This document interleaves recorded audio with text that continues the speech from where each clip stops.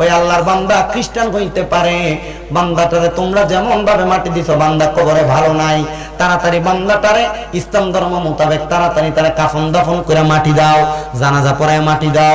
আরে বলো কি তারা জানাজা পড়ায় মাটি দিব? সে খ্রিস্টান মানুষ বলে না না না, সেই যেই দিন মনে মনে ইরাদা করছে মুহাম্মদুর রাসূলুল্লাহ সাল্লাল্লাহু আলাইহি সাল্লামের হাতে হাত রেখে ইসলাম কবুল করবে, ওই ব্যক্তিটারে এই দিন থেকে আল্লাহ তাআলা মুসলমান হিসেবে কবুল করছে। এজন্য তার কবরের মধ্যে কঠিন একটা অবস্থা তৈরি হয়েছে। তাড়াতাড়ি তোমরা তারে জানাজার নামাজ পড়াও, জানাজার নামাজ পড়ায় তারে দাফন করো। সুন্দর করে তার যখন দাফন করা হইল, এলাকার সব মানুষগুলা ঘুমের ঘরে স্বপ্নের মধ্যে দেখতে পাইলেন আল্লাহর বান্দাটা ইন্তেকাল করার পরে যখন তার জানাজা পড়ে দাফন করা হইল, আল্লাহর বান্দাটা অন্ধকার কবরের মধ্যে অন্ধকারে আর নাই, সুন্দর জান্নাতের ফুলের বাগিচার মধ্যে ঘোরাফেরা করতেছে। আল্লাহর হাবিবের কাছে হযরতে কাব বিন আহবাব বলেন, আমি জিজ্ঞাসা করলাম ইয়া রাসূলুল্লাহ ইয়া হাবিবাল্লাহ, একজন খ্রিস্টান যদি এমন অবস্থা কইরা ইন্তেকাল করার পরে নাজাত পাওয়া যায়, যদি সে অন্তরে অন্তরে ঈমানের কালিমা পড়ার কারণে ইন্তেকাল করার পরে জান্নাত পাওয়া যায়, তাহলে বলেন না আমরা যারা দুনিয়ার জমিনে আপনার প্রতি ঈমান আনছি আমরা কেমন অবস্থা হবে?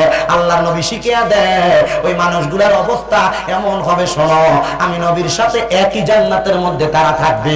আমরা নবীর সাথে জান্নাতে থাকতে চাই, আমরা নবীর সাথে জান্নাতে থাকতে চাই, আমরা নবীর সাথে জান্নাতে থাকতে চাই, কিন্তু আমরা অন্তরের মধ্যে নবীর প্রেম আছে, কিন্তু নবী যেই কাজগুলা করার কথা বলে গেছেন আমরা সেই কাজগুলা করি না। না রে মুসলমান না, অন্তরে যেমন নবীর প্রেম আছে, অন্তরের প্রেমটা দ্বারা তুমি কাজে পরিণত কইরা মানুষটা দেখাও। আর নচেত মুখে শুননি আমরা বললাম, কাজে পরিণত করলাম না, না না না হবে না। এজন্য আমরা সবাই অন্তরের কাজটা আমরা আমাদের বাস্তব জীবনে বাস্তবায়ন কইরা দেখানোর প্রয়োজন। ইন্তেকাল করছে আমার মা, 7 মাসের মাথায় ইন্তেকাল করছে। হুজুর জানেন আমি মদিনা তাইকা প্রতি মাসে 2-1 বার উমরা হজ করার জন্য আসি, কিন্তু আমি যখন আল্লাহর কাবা ঘরের সামনে আইসা দাঁড়ায়া যাই আমার চোখের পানি আমি ধইরা রাখতে পারি না। হুজুর আমি জিগাইলাম ভাই কারণ কি? উনি ডাক দিয়া কই হুজুর আমার ব্যাংক অ্যাকাউন্টের মধ্যে টাকার অভাব নাই, কিন্তু আমার জীবনের সবচাইতে বড় অভাব আমার মা বাপ দুনিয়াতে নাই। হুজুর আমার টাকা পয়সা কে খাইবো? আমি আমার মা বাপরে মক্কা মদিনা দেখাইতে পারি নাই, জানি না আমার আল্লাহ তাআলা আমার মা বাপরে কবরে কেমন রাখছে। হুজুর আমি নবীর হাদিস শরীফ পড়া দেখছি, দুনিয়াতে কোন সন্তান যদি তার মা বাবার জন্য চোখের মনি কোঠার মধ্যে একটা মাছির মাথা পরিমাণ পানি ছাইরা দিয়া কান্দে, ওই পানিটা মাটিতে পড়ার আগে আল্লাহ তার মা বাবার জীবনের গুনাহ মাফ করে দেয়। হুজুর আমি আল্লাহর কাবা ঘরটারে সাক্ষী রাইতে চোখের পানি ফালাইয়া কান্দি, আল্লাহ যেন আমার মা বাবার কবরটারে জান্নাত বানায়া দেয়। এ যুবক ভাইরা, এ মুরব্বি বাবাজিরা, লক্ষ টাকা খরচ কইরা দুনিয়ার জমিনে বাড়ি বানাইলা, গাড়ি বানাইলা, 1000 টাকা খরচ করে কক্সবাজার ট্যুর দেওয়ার জন্য যাও। না না না, এখন থেকে তোমরা মনে মনে একটা ইরাদা করো, যা করো আর না করো এখন থেকে মাসে প্রয়োজনে 500 টাকা করে জমাইবা আর আল্লাহর কাছে দোয়া করবা, আল্লাহ ফরিয়াদ জানাই তোমার দরবারে আমরার মরণের আগে একবার আমরা মক্কা মদিনা নিও। খোদার কসম নবীর হাদিসে দেখলাম নিয়াতুল মুমিনিন খায়রুম মিন আমালি, আমার নবী কয় মুমিনের নিয়ত তার আমলের চাইতে উত্তম। মক্কা মদিনা যাওয়ার টাকা যদি না জমাইতে পাইরা হজ করার আগে আপনি মারা যান, আপনারে আমার আল্লাহ তাআলা আমলনামায় একটা হজের সওয়াব দান করে দিব। এই জন্য ডান হাত তোলেন আর ডান হাতটা আল্লাহর আসমানের দিকে উঠাইয়া দেন আর বলেন আল্লাহ আমরারে মরণের আগে একবার মক্কা মদিনা না দেখে মরণের ডাক দিও না। ওই 2 টুকরা ইহরামের কাপড় আমরা না পরাইয়া আমরার গায়ের মধ্যে ইহরামের কাপড় লাগাইও না। আল্লাহ আমরারে মক্কা মদিনা না দেখে মরণের ডাক দিও না। এবার আপনারা বলেন আমরা সবাই ওই মদিনা যাইতে চাই কি চাই না? যারা যারা যাইতে চাই সবাই জবান খুলে পড়েন দয়াল আল্লাহ দয়া করেন, দয়া মারহাবা নসিব করেন মদিনা। লা ইলাহা ইল্লাল্লাহ লা ইলাহা লা ইলাহা ইল্লাল্লাহ মুহাম্মাদুর রাসূলুল্লাহ সাল্লাল্লাহু আলাইহি ওয়াসাল্লাম। আমার দোয়াগুন্ডা এলাকার ভাই বাবারা, বন্ধুরা গো, ও পর্দার অন্তরালের মা বোনেরা, আজকের জান্নাতের বাগান মাহফিলে যারা আসলেন, আজকের মাহফিলের মধ্যে মাহফিল কমিটি আপনাদেরকে ওয়াজের শেষে তাবারক দিবে, আপনাদের উদ্দেশ্য কিন্তু সেটা না। ও বন্ধু, কোন উদ্দেশ্য নিয়ে আপনারা মাহফিলে আসলেন? বলবে হুজুর আমরার জীবনে অনেক গুনাহ, আমরার গুনার খবর কেউ জানে না, আমরার মা জানে না, আমরার বাপ জানে না। আল্লাহর কসম, আমার দোয়া গন্ডার যুবক, ও দোয়া গন্ডার মুরব্বী বাবারা, আমি শামীম ব্রাদার গুনাহ যদি তোমরা দেখতা, আমারে মাহফিলে প্রধান বক্তা বানায়া বসাইতা না। এই যুবক ভাইয়েরা, তোমার গুনাহ যদি তোমার মা দেখতো, তুমি সন্তানদের ফুট বলে পরিচয় দিত না। দাড়ি পাকা বুড়ো বুড়ো বাবারা, একবার চিন্তা করে দেখেন, আপনার গুনাহ যদি আপনার সন্তান দেখতো, বাপ হইয়া পরিচয় দিত না। হায়রে, লুকাইয়া লুকাইয়া গুনাহ করছেন, গোপনে গোপনে গুনাহ করছেন। আমরার গুনার খবর যদি মানুষ জানতো, আমরার এলাকা থেকে দূর দূর করে তাড়াইয়া দিত। আল্লাহ, তুমি তো রহিম, তুমি তো রহমান, আমরার গুনাহগুলা তুমি গোপন করে রাখছো। আল্লাহ, যদি আমরার কপালে লেখা দিত আমরা মিথ্যাবাদী, মানুষ আমরারে মিথ্যাবাদী করে ডাক দিত। যদি লেখা দিত আমরা সগলখোর, মানুষ আমরারে সগলখোর করে ডাক দিত। যদি লেখা দিত আমরা বেনামাজি, মানুষ আমরারে বেনামাজি করে ডাক দিত। আল্লাহ, তুমি আমরারে গুনাহগুলা গোপন করে রাখছো। আল্লাহ, আমরারে গুনাহগার বলে মানুষের কাছে লজ্জা দিতেছ না। কিন্তু নবীর হাদিস তো দেখলাম, আমার নবীরা বলছে দুনিয়ার মানুষের নেক আমল বদ আমল গুলা হাসরের ময়দানে চোখের সামনে আসবে, পুরা হাসরের ময়দানবাসী তার গুনাহগুলার খবর দেখবে। ও আল্লাহ, আমরা তো এই গুনাহগুলার জন্য তোমার কাছে আফসোস করতেছি। আল্লাহ, আর জীবনে কোনোদিন গুনাহ করব না, তওবা করি তওবা করি তওবা করি, আর কোনোদিন জীবনে গুনাহ করব না। আল্লাহ, আমরা যে এত গুনাহ করলাম, আমরার গুনাহগুলাকে আমরা মাফ করে কবরে যাইব না, কারণ আমরা জানি ইন্না বাতশা রাব্বিকা লাশাদীদ, নিশ্চয় আল্লাহর ধরা শক্ত ধরা। আল্লাহ, তুমি যদি আমরারে দুই না পালাও, আমরা বাঁচার মতো কোনো রাস্তা পাইব না। ও আল্লাহ, আমরার জীবনের গুনাহগুলো আমরা কেমনে মাফ করাইব? আমার দয়াল নবী রাহমাতুল লিল আলামিন নবী কয়, লিকুল্লি শাইইন সিফালা, প্রত্যেকটা বস্তুকে পরিষ্কার করার একটা যন্ত্র আছে। সাহাবায়ে কেরাম, ইয়া রাসূলুল্লাহ, নবীকে বলল আল্লাহু আকবার জোরে। সাহাবায়ে কেরাম একটা ডাক দিয়া বলে, ইয়া রাসূলুল্লাহ, নবী গো, ও দয়াল নবীজি, তাহলে আপনার উম্মত যে গুনাহ করবে, আপনার উম্মতের বাম স্তনের দুই আঙ্গুল নিচে লতিফে কলব, ওই লতিফে কলবের মধ্যে গুনার দাগ পড়া যায়। ওই গুনাহগুলো আপনার উম্মত কেমনে মাফ করাইব? ওই গুনাহগুলো পরিষ্কার করার যন্ত্রটা কি? আমার নবী কয়, ওয়াসি কলাতিল কুলুবি যিকরিল্লাহ, ওই কলবের ময়লা পরিষ্কার করার যন্ত্রটা হলো আল্লাহ তাআলার জিকির। আসেন বাবারা, বন্ধুরা, আমরা একটু কলবের ময়লাগুলা পরিষ্কার করানোর জন্য চক্ষুটা বন্ধ করে দিয়ে নিজের কলবের দিকে খেয়াল করে, জীবনের সব গুনাহ কাটার কথা স্মরণ করে, মুহাব্বতের আওয়াজে একটু আমার আল্লাহ তাআলার ইসমে জাতের জিকির করেন। আল্লাহ আল্লাহ আল্লাহ আল্লাহ, একটু বন্ধ। আল্লাহ আল্লাহ আল্লাহ, ইয়া আমার জায়গা হবে আমার মোরা লাশের লাইগা, মসজিদের পাশে আমার কবর দিও কইরা, আমার জায়গা হবে মারহাবা।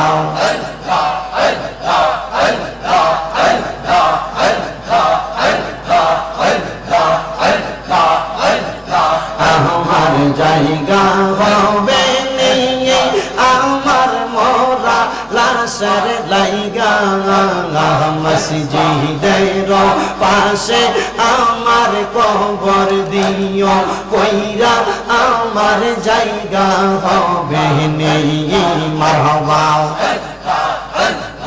এলাকাবাসী রে, আমি তোমরার ছেলে সন্তান কয়দিনের লাগিয়া, মোরার পরে সবাই আমায় যাবে রে বলিয়া, কষ্ট হইলেও 3.5 হাত মাটি দিও কইরা, আমার জায়গা হবে নেই মারহাবা আল্লাহ আল্লাহ আমার জায়গা হবে নেই আমার মোরা লাশের লাইগা মসজিদের পাশে আমার কবর দিও কইরা আমার জায়গা হবে নেই মারহাবা আল্লাহ আল্লাহ আল্লাহ আল্লাহ আল্লাহ আল্লাহ আল্লাহ আল্লাহ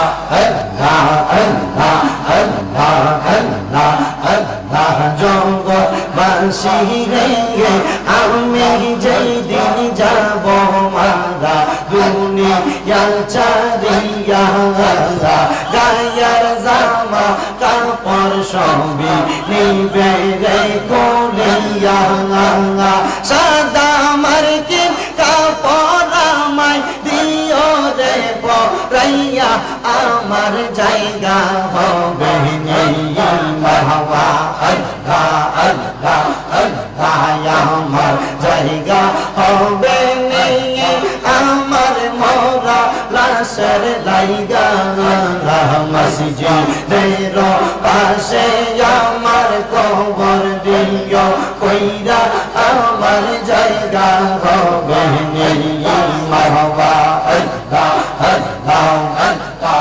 আল্লাহ আমার দয়াল নবী বিনে গো আপন বলতে কে গো নাই জগতে আল্লাহ আল্লাহ বেবে দেখি সব বিদেশি বেবে দেখি সব বিদেশি মিশে মায়ার জগতে আপন বলতে কে গো নাই জগতে মারহাবা আল্লাহ আল্লাহ যারা তোমার প্রতি গয়া তারা সবাই মিলে মিশে পড়াইবে কাফন মারহাবা যারা তোমার প্রতি গয়া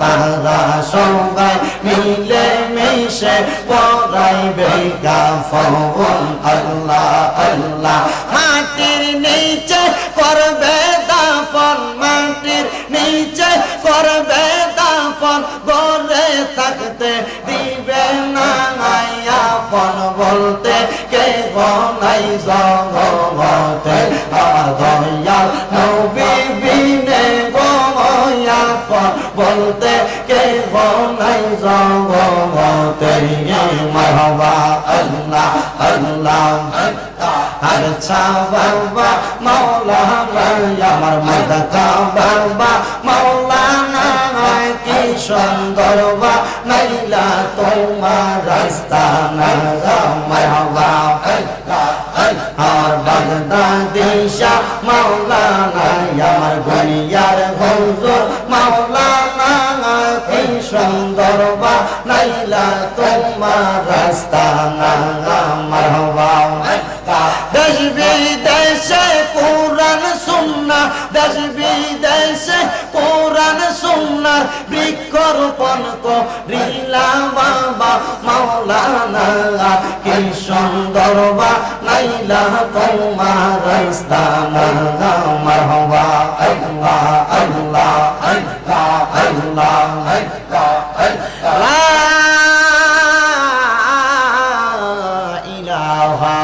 ইল্লাল্লাহু মুহাম্মাদুর রাসূলুল্লাহ সাল্লাল্লাহু আলাইহি ওয়াসাল্লাম একটা জবান বন্ধ নাই জবান খুলে বলেন আমরা জিকির করলাম কার আল্লাহর জিকির করলে আল্লাহ খুশি হয় না বেজার হয় আমার যুবক বারা ও মুরব্বি বাবারা আর ডাইনে বামে আমি যাচ্ছি না রে বাবারা আল্লাহ তাআলার কালামে হাকিম কোরআন থেকে আমি একটু তেলাওয়াত করছি সবাই আমার সাথে জবান খুলে জোরে জোরে পড়ে না ও যবিল্লাহি মিনাশ শাইতানির রাজিম বিসমিল্লাহির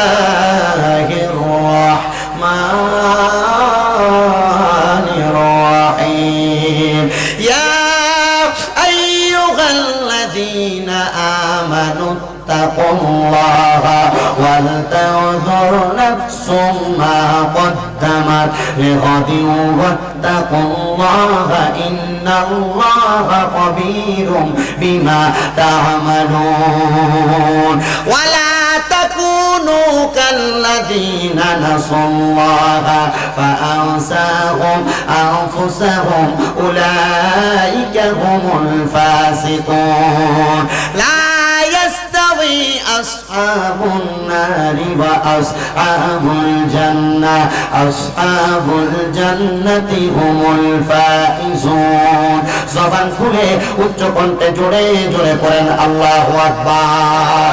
এবার আপনারা বলেন এই তিনটা আয়াতের ঘোষণা আমি শামীম রাজাকে কুমিল্লা থেকে বানায়া বললাম না আল্লাহর কোরআন থেকে বললাম? আল্লাহ রাব্বুল আলামিন বলেন ইয়া আইয়ুহাল্লাযীনা আমানু, হে যারা ঈমানদার, ইত্তাকুল্লাহ, তোমরা আল্লাহকে ভয় করো। মুসলমান আমরা আল্লাহকে ভয় করি কিনা আমার বিবেককে আমি প্রশ্ন করলে উত্তর পাওয়া যাব। এখানে আপনারা যারা আছেন দাড়ি পাকা বুড়ো বুড়ো বাবারা, যুবক নওজোয়ান ভাইয়েরা, পর্দার অন্তরালের মা বোনেরা, আল্লাহকে ভয় করার কথা যদি আপনারা সমাজের মধ্যে বলা হয়, আমরা সমাজের মানুষ সবাই বলবে আমরা মুসলমান, আল্লাহরে তো সবাই ভয় করে, কিন্তু হারাম খানা বন্ধ নাই, সুদ খানা বন্ধ নাই, ঘুষ খানা বন্ধ নাই, পরের হক মাইরা খাওয়া বন্ধ নাই, মানুষের সঙ্গে ঝগড়া পাতার দ্বন্দ্ব করা বন্ধ নাই, মানুষের সঙ্গে খারাপ ব্যবহার করা বন্ধ নাই, বেপরদা চলা মা বোনদের বন্ধ নাই, এলাকার মধ্যে সন্ত্রাস রাহাজানি করা বন্ধ নাই। এবার বলেন যারা মারামারি রাহাজানি দ্বন্দ্ব করে, সমাজের মধ্যে হারাম খায়, অবৈধ সম্পদ অর্জন করে, এবার বলেন তারা কি কোনোদিন আল্লাহরে ভয় করে নাকি? না না না, তারা কোনোদিন আল্লাহরে ভয় করে না। তো যেই কথাই ছিলাম, আল্লাহ কুরআনুল কারীমে বললেন হে ইমানদাররা তোমরা আল্লাহকে ভয় করো। ওয়াল তানজুর, তোমাদের তাকানো উচিত, নাফসুম মা কদ্দামাত লিগাত, তোমাদের পূর্ববর্তীদের দিকে যারা দুনিয়া থেকে পূর্বেই বিতরিত হয়ে গেছে। লিগাদি ওয়াত্তাকুল্লাহ, তোমরা আল্লাহকে ভয় করো। আল্লাহ তাআলা কুরআনুল কারীমের মধ্যে আবার কেন ভয়ের কথা বললেন? এই আয়াতে কারিমার তাফসীরের পরিপূর্ণ কথা আপনাদেরকে বললে আপনারা বুঝতে পারবেন। আল্লাহ তাআলা শেষের অংশে বলতেছেন ইত্তাকুল্লাহ ওয়াল তানজুর নাফসুম মা কদ্দামাত লিগাদি ওয়াত্তাকুল্লাহ ইন্নাল্লাহা খাবীরুম বিমা তা'মালুন, নিশ্চয় আল্লাহ তাআলা তোমাদের অন্তরের সকল খবর সম্পর্কে অবহিত। এই আয়াতের তাফসীর করতেছেন আল্লামা জালালউদ্দিন সুয়ুতী রাহমাতুল্লাহ আলাইহি, জালালউদ্দিন মুহল্লী রাহমাতুল্লাহ আলাইহি সহ ইমাম বাগাবী রাহমাতুল্লাহ আলাইহি পর্যন্ত একই ভাবে তাফসীর করতেছেন। তিনজন তাফসীরকারক একই ভাবে এই আয়াতে কারিমার উপর ভিত্তি করে মানুষকে জানাইতেছে, ওই মানুষ যারা দুনিয়ার জমিনের মধ্যে পূর্ববর্তীদেরকে খেয়াল করে না, যে মানুষগুলার মা চলে গেছে কবরে, বাবা চলে গেছে কবরে, পূর্বের বংশের মানুষগুলা চলে গেছে কবরে, যেই মানুষগুলা খারাপ কর্ম কইরা অন্ধকার কবরে যাওয়ার পরে মানুষগুলার কবরের মধ্যে অবস্থা বেশি ভালো হয় নাই, তাদের অবস্থা বড় কঠিন হয়েছে। আল্লাহ আপনার কাছে জানতে চাই, আপনি বলেন না তাদের অবস্থাটা কেমন হয়েছে। এবার আল্লাহ তাআলা কুরআনুল কারীমের আয়াতের মাধ্যমে জানায় দেয়, ও বান্দা, লা ইয়াস্তাওয়ি আসহাবুন নারি ওয়া আসহাবুল জান্নাহ, বান্দা শোনো, যারা জান্নাতি যারা দোজখী তারা একরকম না। এবার আপনারা বলেন যারা জান্নাতি যারা দোজখী তারা কি কোনোদিন একরকম হইতে পারে নাকি? না না না, বান্দা শুনে নাও, তারা একরকম হইতে পারে না। তারা জান্নাতি তারা একরকম, তারা দোজখী তারা আরেক রকম। ও নবী গো, আপনার কাছে আমরা জানতে চাই, আপনি বলেন না জান্নাতি যারা তাদের অবস্থাটা কেমন হবে? আমরা তো জানি দোজখী যারা তাদের অবস্থাটা বড় খারাপ হয়ে যাবে। আল্লাহর নবী আল্লাহর কোরআন থেকে বলে আসহাবুল জান্নাতি হুমুল ফাইজুন, যারা জান্নাতি তারা হইল সফল কাম। ও আমার দুয়াগুন্ডার যুবক, ও মুরব্বি বাবারা, জান্নাতীরা কেমন ভাবে সফল কাম একটু শুনেন। জান্নাতীরা কবরে গেলে শুধু সফল কাম না, যারা জান্নাতি তারা দুনিয়া থেকে কবরে যাওয়ার পর কবর থেকে হাসর, হাসর থেকে মিজান, মিজান থেকে ফুলসেরাত, একবারে প্রত্যেকটা জায়গার মধ্যে তারা সফল কাম।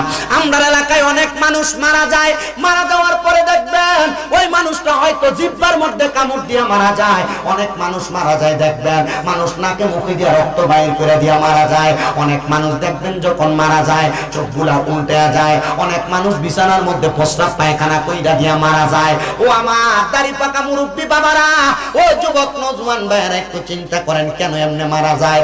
একবার তো এলাকার মসজিদের হুজুর এসে প্রশ্ন করলেন না, শুধু মসজিদের হুজুর কেন মসজিদটা কুড়ায় নাই দোষটা ধরে, আযান দিতে 1 মিনিট দেরি হইল কেন এই দোষটা ধরে? না না না, মসজিদের ইমামের কাছে এমন খোঁজ খবর না নিয়া একটাবার জিগাইয়েন হুজুর মানুষ মারা যাওয়ার সময় কেন এমন অবস্থা হয়? এই কথা ইমাম সাহেব বলবে না, ইমাম সাহেব বলবে তিরমিজি শরীফের হাদিস শরীফ থেকে বলছি বাবা শুনো। আল্লাহর নবীকে হযরতে আনাস ইবনে মালিক রাদিয়াল্লাহু তাআলা প্রশ্ন করে, ইয়া রাসূলুল্লাহ নবী গো, মানুষ কেন এত কষ্ট পায় মারা যায়? আমার নবী কয়, আনাস রে, মানুষ কেন এত কষ্ট পায় শুনো, কেন কষ্ট পায় শুনো। ও নবী কেন গো? বলে একটা বেঈমান বান্দার সামনে যখন আজরাইল আইসা যায়, আজরাইল আসার আগে 2টা নীল চক্ষুওয়ালা ফেরেশতা বেঈমানের সামনে হাজির হয়ে যায়। ওই 2টা ফেরেশতা ওই বেঈমানের বুকের মধ্যে আর পায়ের মধ্যে এমন ভাবে আঘাত করতে থাকে, বেঈমান বান্দা নীল চক্ষুওয়ালা ফেরেশতাদেরকে দেখলে ভয় পাওয়া যায়।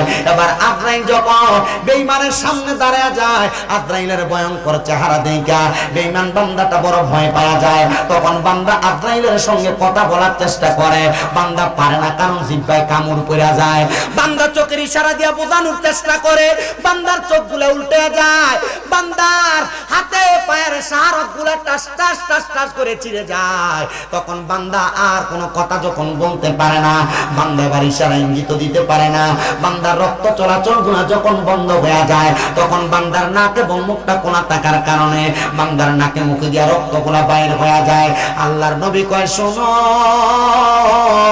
আজরাইলে জানটা কবজ করার সময় ওই বেঈমান এমন ভাবে চিৎকার করে, দুই প্রকারের মাখলুকাত ছাড়া সবাই তাদের চিৎকার শুনতে পায়। 1 নাম্বার মানুষ শুনতে পায় না, 2 নাম্বার জিন জাতি শুনতে পায় না। এলাকার কুকুরেরা শুনে বেঈমান কেমনে মরছে, এলাকার সুদখোরটা কেমনে মরছে, ঘুষখোরটা কেমনে মরছে, পরের হক মাইরা খাওয়াইনাটা কেমনে মরছে। আজরাইলে এমন ভাবে বুকের ভিতরে ছাপা দিয়া ধরব, সুদখোরে সুদখানার ঠেলাটা বুঝবো। দোয়াগন্ডা এলাকার আশেপাশে কোনো সুদখোর নাই, ঘুষখোর নাই, ভাই ভাতিজার জমি দখল করে খায় এমন লোক নাই? আরে আছে তো আছে। এলাকার সর্দার মাতাব্বরির দায়িত্ব বর্তমানে সুদখোরটিরে দেয়, মসজিদ কমিটির সভাপতি সুদখোর ঘুষখোরটিরে বানায়। কথা কোন ঠিক কিনা?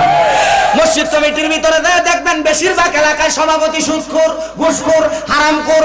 এরা যদি জিগায় এ সুদখোররা কেন সভাপতি বানাইলা, কয় হুজুর মসজিদের নিচের সব টাইজে বেড়া দিছে লাগে সভাপতি, মসজিদের থাই গ্লাস দিয়ে বেড়া দিতে লাগে সভাপতি, হুজুর মসজিদের ইমামের বেতনটা মাসে মাসে বেড়া দেয় লাগে সভাপতি, মুয়াজ্জিনের খানাটা এই বেড়ার করে লাগে বেড়া সভাপতি। আছে না না? এটি মরার সময় এমন চিৎকার করবো রে, ও দোয়াগন্ডার যুবক, এ দোয়াগন্ডা এবার মনে কয় কি ওয়াজটা জায়গা মতো ফটতেছে না, এলাকার লোকে মিল্লা যাইতাছে। আমি শামীম দাদা বেশি শিক্ষিত না, একবারে মূর্খ মানুষ, এলেম কালাম বেশি নাই, শুধু বিভিন্ন এলাকায় যাইয়া বাস্তবমুখী 2-1টা কথা বলি বিদায় মানুষ আমার দাওয়াত দেয়। আর মহিলারা পছন্দ করে একটু জিকির আজকার করি, মা বাপের ওয়াজ করি। এর লাগা হয়তো আপনার এলাকায় অনেক মহিলারা গুরুদ্বারে বইয়া বইয়া ওয়াজ শুনতাছে। আমার মা বোনেরা মনোযোগ দিয়ে শোনো, তোমাদের উদ্দেশ্যে যে একটু ওয়াজ দিয়া যায়। এখন আর বেড়াইতে সুদ খায় না, এখন বেরিয়েতে দিয়ে আলগা সুদ লাগায়। কথা কয় না ঠিক কি? সাসার কাছে যদি মিলা গেছে না, সাসার কাছে যদি কয় কাকা 10,000 টাকা হাওলাত দেন জানি একটু দেখেন না অবস্থাটা, কাকা কয় আমার কাছে বাবা রে আমার কামাই রুজি নাই, কইতে কেন না। তো শাশির কাছে যে ক তার বইনে তার কাছে কটা টাকা দিছে সাইলা দেওয়ানের লাগে, কথা কয় নাকি লাগা আছে না নাই? আমি আমার মা বোনদের কাছে বলবো, মা যদি জান্নাতে যাইতে চাও এই হারামখানা বন্ধ করে দাও। প্রয়োজনে মানুষের বাড়িতে কাম করে করে খাইবা, রিস্কা চালাইয়া খাইবা, মাটি কাইটা খাইবা।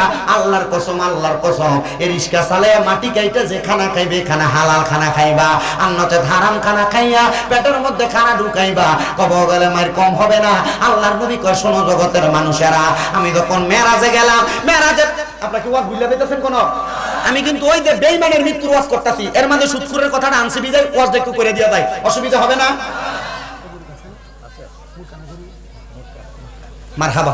এই মাহফিল কমিটির ভলান্টিয়ার, তোমরা তোমার উঠতে একটু রাত ফুরাইয়া একটু কষ্ট করে মাহফিলের স্টেজদার কাছে দিয়ে আনো শর্টকাট। আর আপনারা যারা বাইরে আছেন, মোটামুটি এই যে একটা অবস্থা, তাবারকের সময় কিন্তু আইবেন আপনারা। এটা আমি বুঝি, অসুবিধা নাই।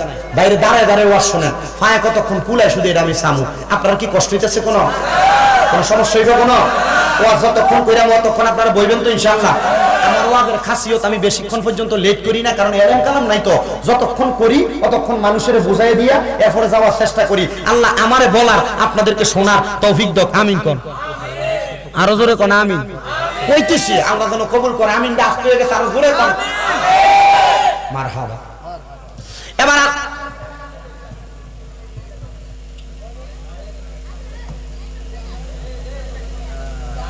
এটা বাইরের আওয়াজ না? না বাইরে তোমরা আওয়াজ দিও না মনে।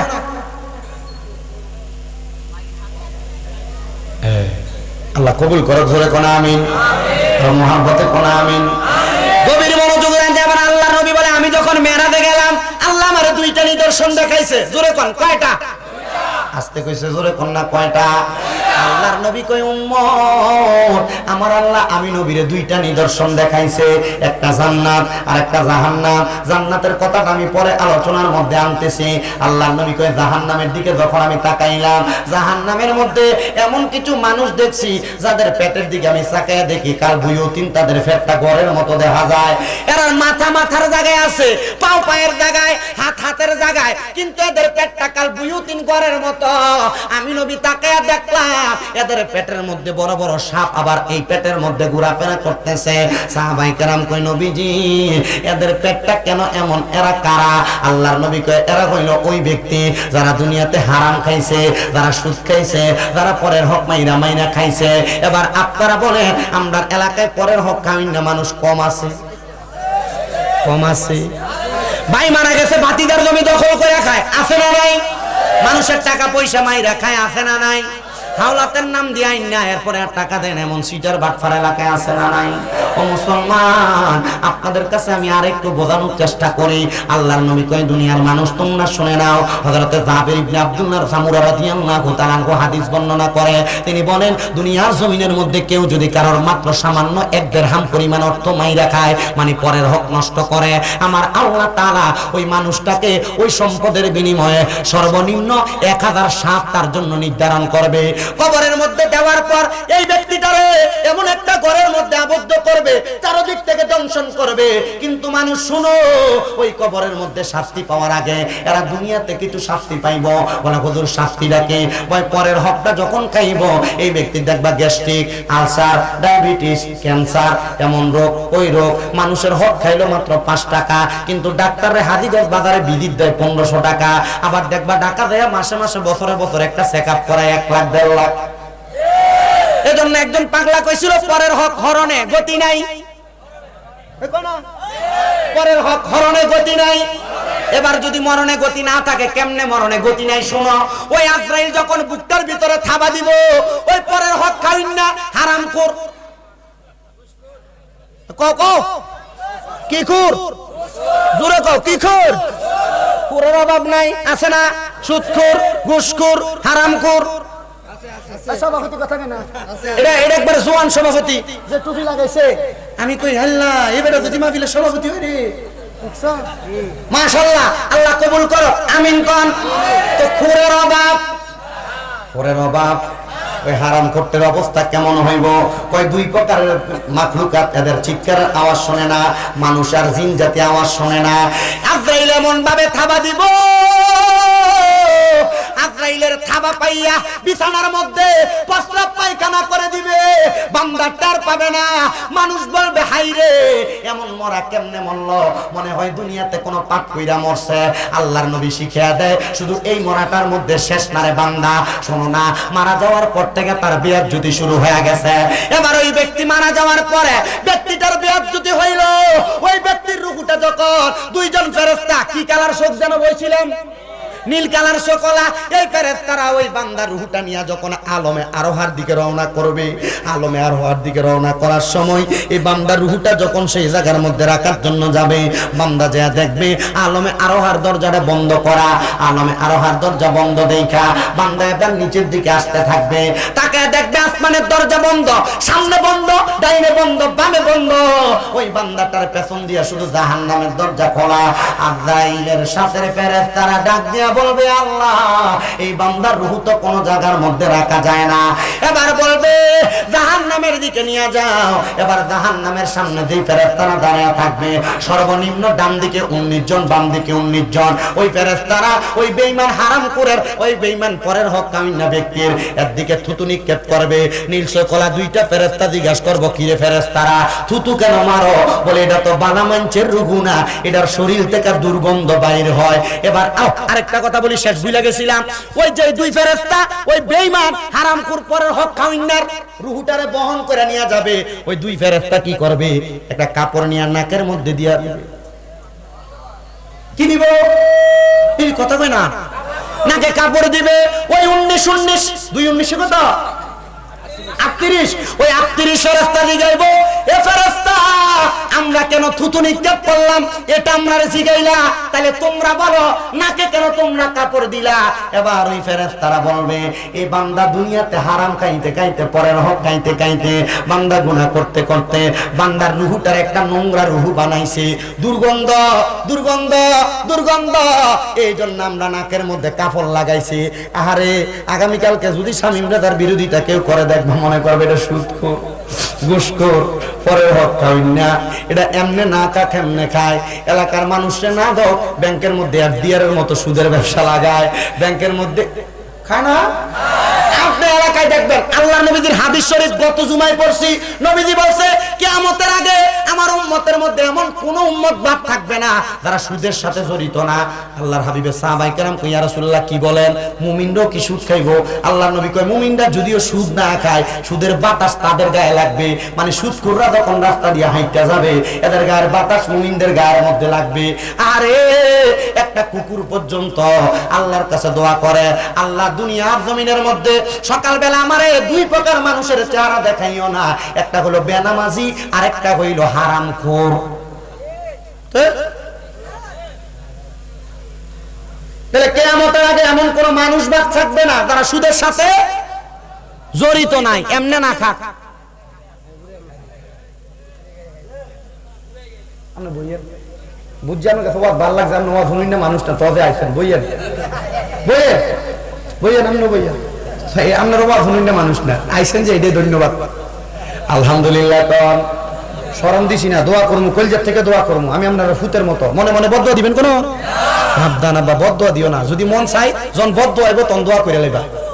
যখন বদদোয়া আইব কি করবা? কাবা শরীফের ইমামের কথা শুনছেন না?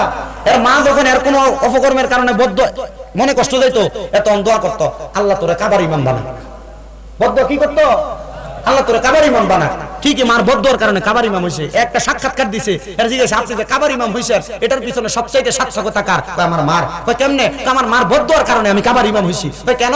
আমার মা যখন আমার প্রতি নারাজ হইতো তখন আল্লাহর কাছে কইতো, আল্লাহ আমার যেন কাবার ইমাম বানায়। আল্লাহ আমারে কাবার ইমাম বানায় দিছে। সুবহানাল্লাহ বলে নাই?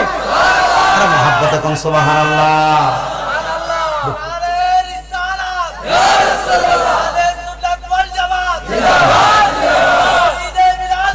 জিন্দাবাদ। দেখছেন নিয়া ভাগলা মানুষ বুঝতেছে এ দোয়া। এই জন্য মা বাপের কাছে আমার আবদার থাকবো, মা বাবা পারলে দেন আপনার ফাও আমার সামনে দেন, আমি আমার জিহ্বাটা দিয়ে আপনার ফাওটা পরিষ্কার করে দেন। তবুও ফুতেক মানুষ তো বুঝে না, অন্যায় কইরা লাই, বেদবি কইরা লাই, বদদোয়া দিয়েন না। যখন বদদোয়া আইব একটু দোয়া করেন, রাজি আছেন না? দোয়া করেন, দেখবেন ফুতে বুঝবো। আর যদি না বুঝে আপনি মরার পরে কবরের কাছে যায় কবরের মাটি ধরে ধরে কানবেন। বহুত ফুতে এমন কান্দে, বহুত সন্তান এমন কান্দে, কান্দে কি না? মা বাপরে যাবতা থাকতে বার দিছে না, কিন্তু মার কবরের সামনে যায় কান্দে। এই যে আজকে মাহফিল হইতেছে, বহুত ফুলাফেন বাপের লেগে কান্দে। আগে হাত খরচের জন্য বাপের কাছে 10 টাকা চাইয়া নিত, দেখুন বাপ কবরে 100 টাকা হাত খরচের জন্য দিতে পারে না। এই জন্য আম্মা আব্বার কাছে আমার আবদার, বদদোয়া দিয়েন না। আপনারা বদদোয়ার কারণে সন্তান ধ্বংস হয়ে যায়। আল্লাহ মা বাবার নেক দোয়া আমরা উপর দান করুন। আমিন। সবাই মহব্বতে দুরূদ শরীফ পড়েন। আল্লাহুম্মা সাল্লি আলা হুজুর সাহেব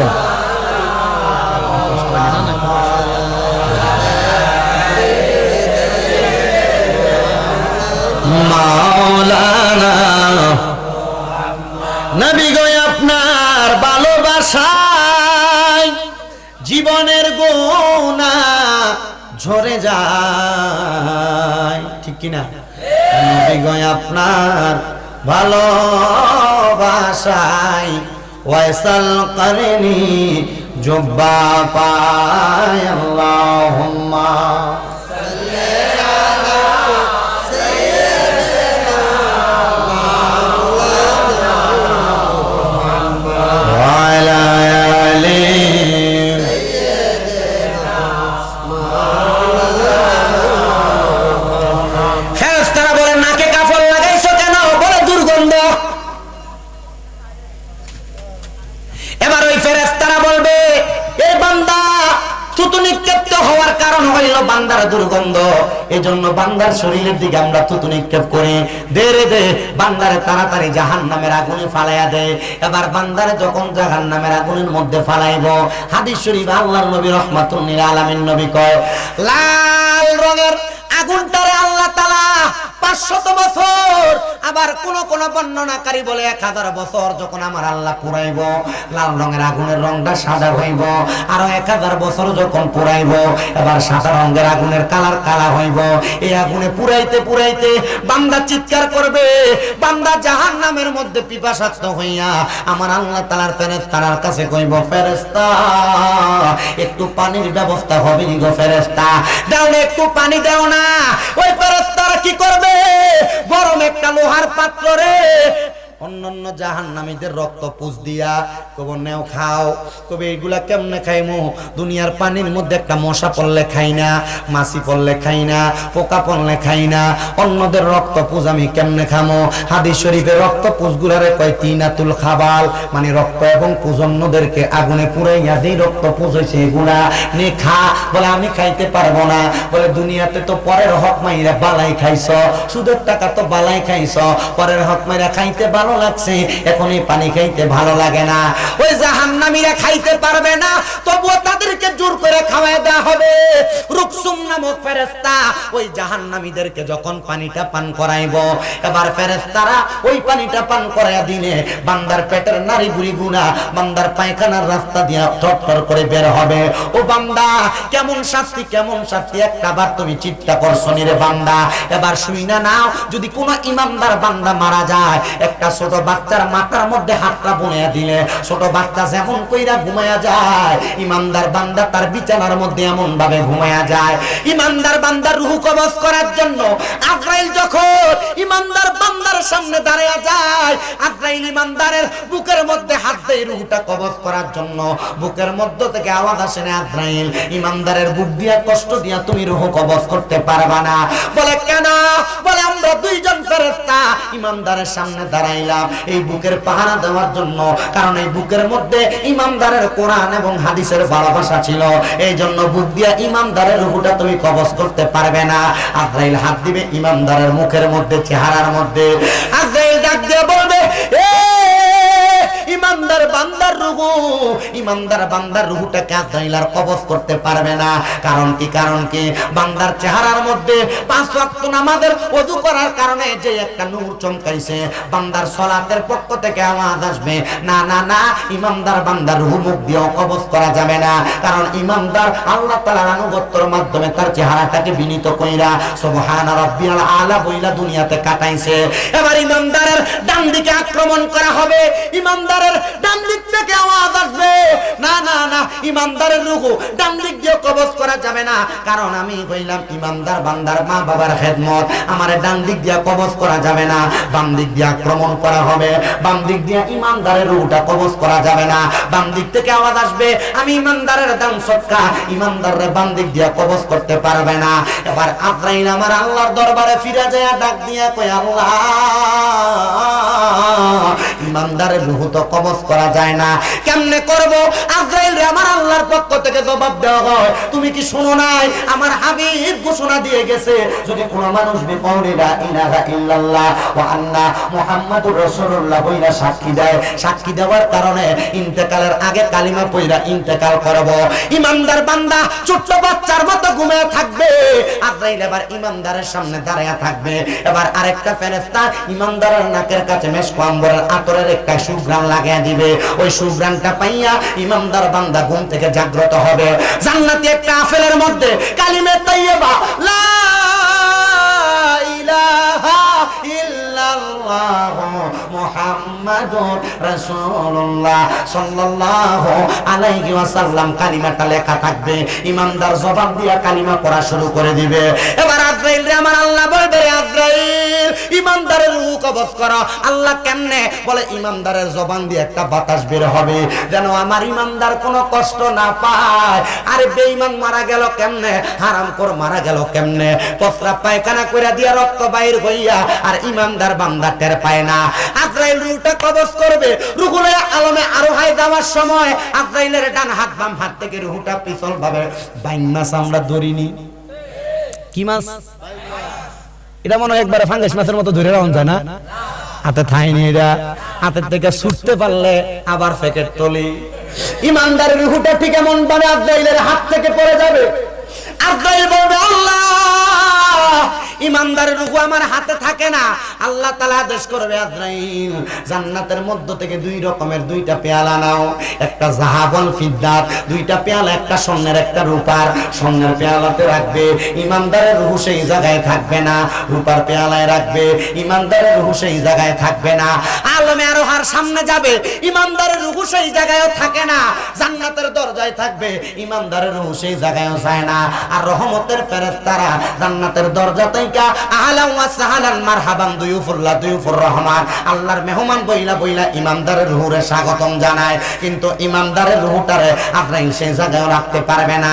এর মধ্যে ইমানদার বান্দার গোসল হবে, কাফন হবে, দাফন হবে, কবরে রাখবে। এবার আজরাইল বলবে, আল্লাহ কোন জায়গায় ইমানদার বান্দার রূহটা রাখা যায় না। এবার আল্লাহর কোরআনের আয়াত আল্লাহ আজরাইলকে শোনায়, ওয়ালা তাকুলু লিমান ইউকতালু ফি সাবিলিল্লাহি আমওয়াত বাল আহইয়াউ ওয়ালাকিন লা তাশউরুন। কষ্ট হইছে আপনারা? আল্লাহ শুনাইয়া দিবে তখন, যারা আমি আল্লাহর রাস্তায় চলে আসছে তারা তো মৃত না, বাল আহইয়াউন, তারা জিন্দা। ওমা আল্লাহ রূহ কবজ করলাম, জিন্দা হয় কেমনে? আরে বাবা, আমরার সমাজের মধ্যে অনেকে আল্লাহর ওলিরারে মরা কয়, নবী মইরা গেছে পচ্চা গেছে এমন শব্দ কয়। আরে বেটা, আল্লাহর ওলি আর নবী তো অনেক পরের কথা। তোমরা এলাকার মুমিন ব্যক্তি যেই ব্যক্তি সেই তো মরে না। বলে হুজুর কেমনে বুঝতাম? আল্লাহ বলল জিন্দা বালা হাইয়াউন। এরপর আল্লাহ কয় ওয়ালাকিন লা তাশউরুন, এরা যারা মরা কয় এরা নির্বোধ, এরা বোবা, এরা বোকা, এরা বুঝে না। মারহাবা কোন না? আল্লাহর ওলিরা জিন্দা না মরা? জিন্দা। জিন্দা না মরা? ওরে চাইলে কে গো পীরের বস্তু নাহি নিতে পারে, আবার উপযুক্ত হইলে রে দয়াল টান দিয়া নেই কাছের তোরে, টান দিয়া নেই কাছে। আবার জোর করিয়া বুঝতে গেলে, জোর করিয়া, জোর করিয়া বুঝতে গেলে তার গটে মরণ জ্বালা। কেউ বুঝিতে পারে না রে ওলি আল্লাহর খেলা, আরে পীর মুর্শিদের খেলা। ওরে ৩৬ বছরে কারোর কেনাকি ফুটে না, আবার ৬ মাসেরও কালের দয়াল পাই যে ১৬ আনার দয়াল, পাই যে ১৬ আনা। আরে জোর করিয়া দিবে তোরে, জোর করিয়া, জোর করিয়া দিবে তোরে ববের যত প্রেম জ্বালা। কেউ বুঝিতে পারে না রে আবেদ সাহার খেলা, আমার মাদ্দা খানো খেলা, আমার বাগদাদির খেলা, আমার গুনিয়া হুজুরের খেলা। সিনাতে দান করে জোরে জোরে কোন আল্লাহুম্মা আমিন। ছাত্রী আছে কিতা সবাই তো ছাত্রীর বলি মুসাফা ঠিক আছে। আরো জোরে কোন মারহাবা। এদিকে মারহাবা কয় না কেন? একটি বাসায় দুইটি পাখি কত যে আনন্দে থাকি গো। এখন তুমি কোথায় আমি কোথায়, চাঁদপুরিশা কাউরে কেউ আর দেখি না আগে, জানি না তুমি এমন করে ছেড়ে যাইবা গাজীউল হক আগে, জানি না। আমি এই দেখিলাম সোনার ছবি আবার যাইয়া দেখি নাই আগে, জানি না তোমার হাতাতে মি সায়াতা চাঁদপুরি কইতাম কত প্রেমের কথা গো।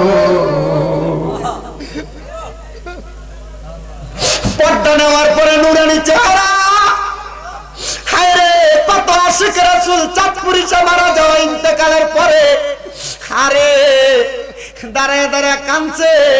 আমরার কুমিল্লার একটা পাগলা হুজুরের বায়াত মাথাটারে আসাইরা পর্যন্ত পাগল রক্ত বাইর করে ফালাইছে। মানুষ বুঝাইছে কি রে নিজের মাথা কেন আসারস, নিজের আঘাত করা তো কোরআন হাদিস বলে না। আরে পাগল তো এগুলা বুঝে না, আশেকে রাসূল যারা, আশেকে ওলি আল্লাহ যারা, তারা এগুলা বুঝে না।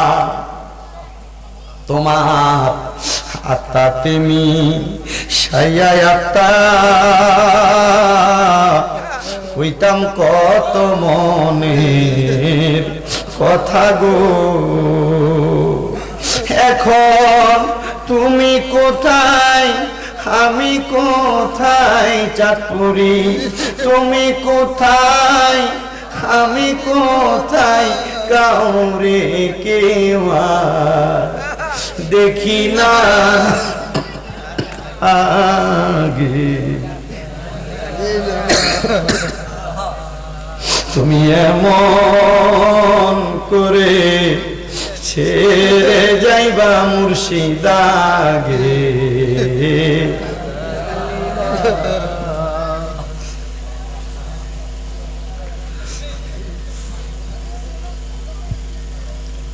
মুর্শিদের প্রেমের আগুন যার অন্তরে লাগছে, আল্লাহর ওলিদের সুহবত যার গায়ের মধ্যে লাগছে, ওই ব্যক্তিগুলা কখনো পথহারা হয় না। আর যদি পথহারা হয় মনে করবেন আল্লাহর ওলির দরবারে তার কোনো বেয়াদবি আছে। ওয়াজটা যে জায়গায় ছিলাম সেখান থেকে শেষ করে ওলিদের একটু কথা বলে আমি ইতি টানবো। মুমিন বান্দা ইন্তেকাল করছে, ইন্তেকাল করাটা কোনো স্বাভাবিক ইন্তেকাল নয়। মুমিন বান্দা ইন্তেকাল করার পরে মুমিন বান্দাটা রুহটা কবজ করছে, বান্দা টের পায় নাই।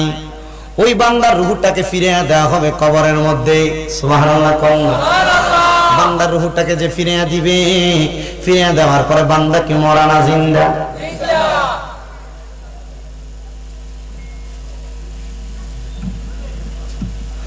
বান্দা শুধু জিন্দা না রে, ওই বান্দা আল্লাহর পক্ষ থেকে রিজিক প্রাপ্ত হয়, আল্লাহর পক্ষ থেকে খানা প্রাপ্ত হয়।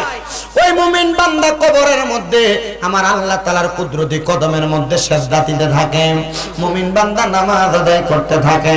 মুমিন বান্দারে যখন আল্লাহ তাআলা দুনিয়ার জমিন থেকে কবরে যাওয়ার পরে তো সম্মান দিব।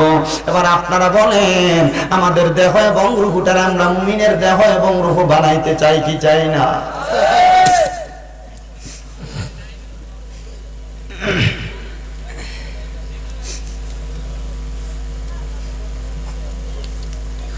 মুমিন হওয়ার জন্য যে খাসলতের প্রয়োজন,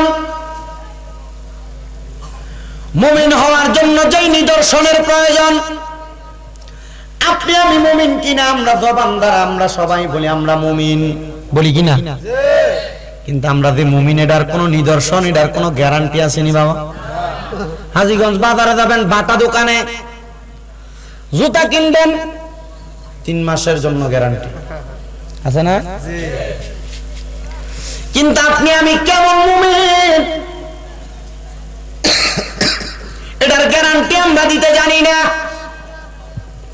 হে মুসলমান, মুমিনের ঈমানের গ্যারান্টি হইল 1 নাম্বার সালাত। জি কন্যা সালাত, আবার কন্যা সালাত। মুমিনের ঈমানটির গ্যারান্টি যদি সালাত, ইমাম সাহেব কেমনে শীতের দিনে 2 জন লইয়া নামাজ পড়ে? মুমিনের ঈমানের গ্যারান্টি যদি সালাত হয়, ইমাম সাহেব কেমনে একা মসজিদ পরিষ্কার করা লাগে? আল্লাহর দোহাই লাগে, যদি মুমিনের নিদর্শন পরিচয় দিতে চান, 1 নাম্বার আল্লাহ তাআলার ইবাদত সালাতের মধ্যে মনোযোগী হয়ে যান। সবাই জবান খুলে দুরূদ শরীফ পড়েন, আল্লাহুম্মা সাল্লি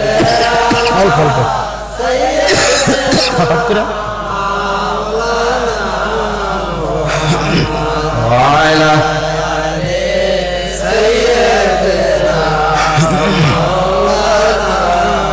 আরো জবান খুলে বলেন, আল্লাহুম্মা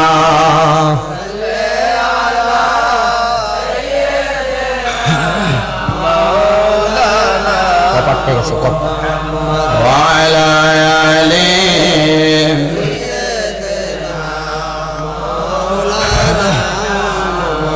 যেদিন আমরা মরে যাব এই দুনিয়া ছাড়িয়া, ওই কবরে কোলে নিয়ে নবী আপনার উম্মত বলিয়া, আল্লাহ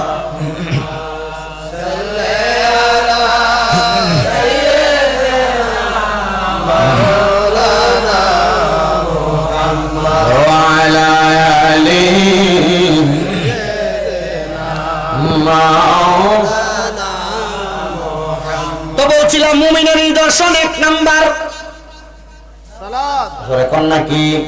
মুমিনের 1 নাম্বার নিদর্শন নামাজ। এই নামাজের কথা বললে হুজুর সব শুনতে রাজি, ওয়াজিটা ভাল লাগে না হুজুর, আমরা অন্য ওয়াজের দিকে নিয়ে যান। বাবা, মুমিনের 1 নাম্বার নিদর্শনের কথা বললাম, মুমিন কোনোদিন খারাপ দিকে কদম বাড়াবে না, হারামের দিকে কদম বাড়াইব না, খারাপ কাম মুমিনের কোনোদিন ভালো লাগবে না। শুনেন রে আমার দোয়া গন্ডার যুবক, ও মুরব্বী বাবাজিরা, ও পর্দার অন্তরালের মা, আমি আপনাদেরকে মুমিনের খাসিয়তের কথা বইলা দেই। এবার মুমিন কেমনে আল্লাহ তাআলাকে পাওয়ার জন্য চেষ্টা করে। হযরতে কাব রাদিয়াল্লাহু তাআলা আনহু নবীজির সব চাইতে প্রখ্যাত একজন সাহাবী, হযরতে কাব বিন আহবাব রাদিয়াল্লাহু তাআলা আনহু, হযরতে কাব নামে উনি পরিচিত।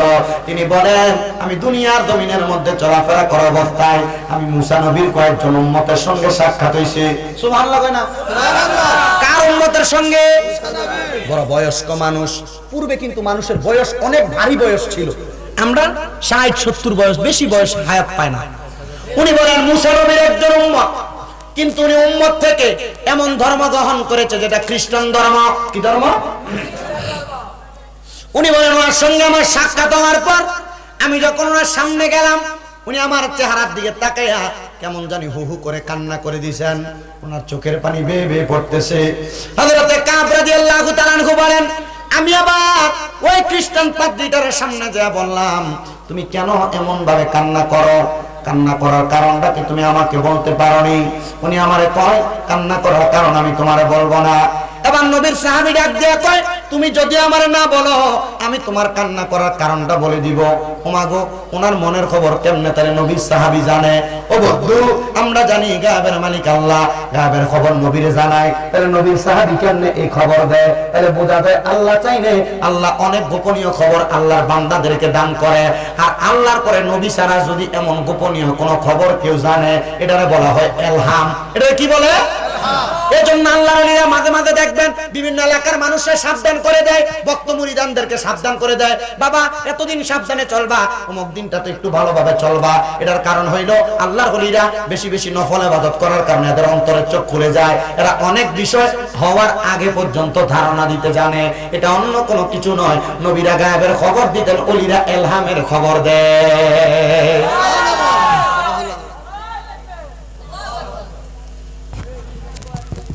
মোহাব্বত করে যদি দিতা তাকবীরটা, তাহলে সবাই তোমার তাকবীর জবাব দিত। তুমি যে দুষ্টামি করে দিছো এটা সবাই বুঝা লাইছে, কারণ আমি তো ওয়াজের প্রথম থেকে আমরা খেয়াল করতেছি। সোনা বন্ধু,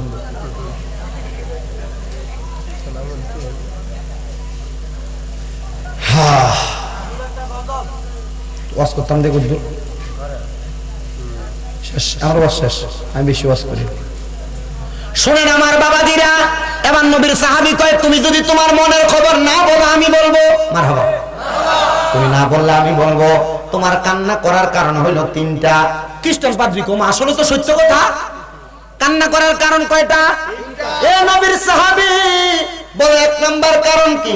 বলে এক নাম্বার কারণ হইল তুমি কান্না করতেছো, তুমি তাওরাত কিতাবের মধ্যে দেখছো, তাওরাত কিতাবে লেখা আছে এমন অনেক মানুষ থাকবে যারা দুনিয়ার জমিনের ভিতরে বেশি বেশি দান সদকা করব এবং আল্লাহ তাআলার অধিক পরিমাণ ভয় করব, তবুও তারা নিজেদের মাঝে সমাজতা করে চলবে। এবার ওই মুসা নবী নাকি তাওরাত কিতাবে আল্লাহর কাছে দোয়া করছে, আল্লাহ ওই মানুষগুলার আমি মুসা নবীর উম্মত বানান। আল্লাহ কয় না না না, এরা আখিরি নবীর উম্মত, মুহাম্মাদুর রাসূলুল্লাহ সাল্লাল্লাহু আলাইহি ওয়াসাল্লামের উম্মত। জবান খুলে জোরে জোরে বলেন সুবহানাল্লাহ। আর আমরা সেই নবীর উম্মত, ওই নবীর আগমনে আমরা সবাই খুশি। যেহেতু ফোলা কইছে একটা গজল শোনায়, একজন প্রেমিক আসিল গো সোনার মদিনায়, একজন প্রেমিক আসিল গো সোনার মদিনায়। ওরে যার প্রেমেতে স্বয়ং আল্লাহ দুনিয়া বানায়, ওরে যার প্রেমেতে স্বয়ং আল্লাহ দুনিয়া বানায়। একজনে প্রেমিক আসিল গো নাই, একজনে প্রেমিক আসিল গো আর কুরসি গ্রহ তারা, আর জাগার প্রেমে পাগল পারা কন্যা, আর কুরসি গ্রহ তারা, আর যার প্রেমেতে পাগল পারা। হায়রে সেই নবীজি শুয়া কান্দে সোনার মদিনায়, হায়রে সেই নবীজি সোনার মদিনায়। একজন প্রেমিক আসিল গো নাই, একজন প্রেমিক আসিল গো জিন ইনসান আর ফেরেশতারা, ওরে যারে দেখতে পাগল পারা কন্যা, জিন ইনসান আর ফেরেশতারা, ওরে যারে দেখতে পাগল পারা।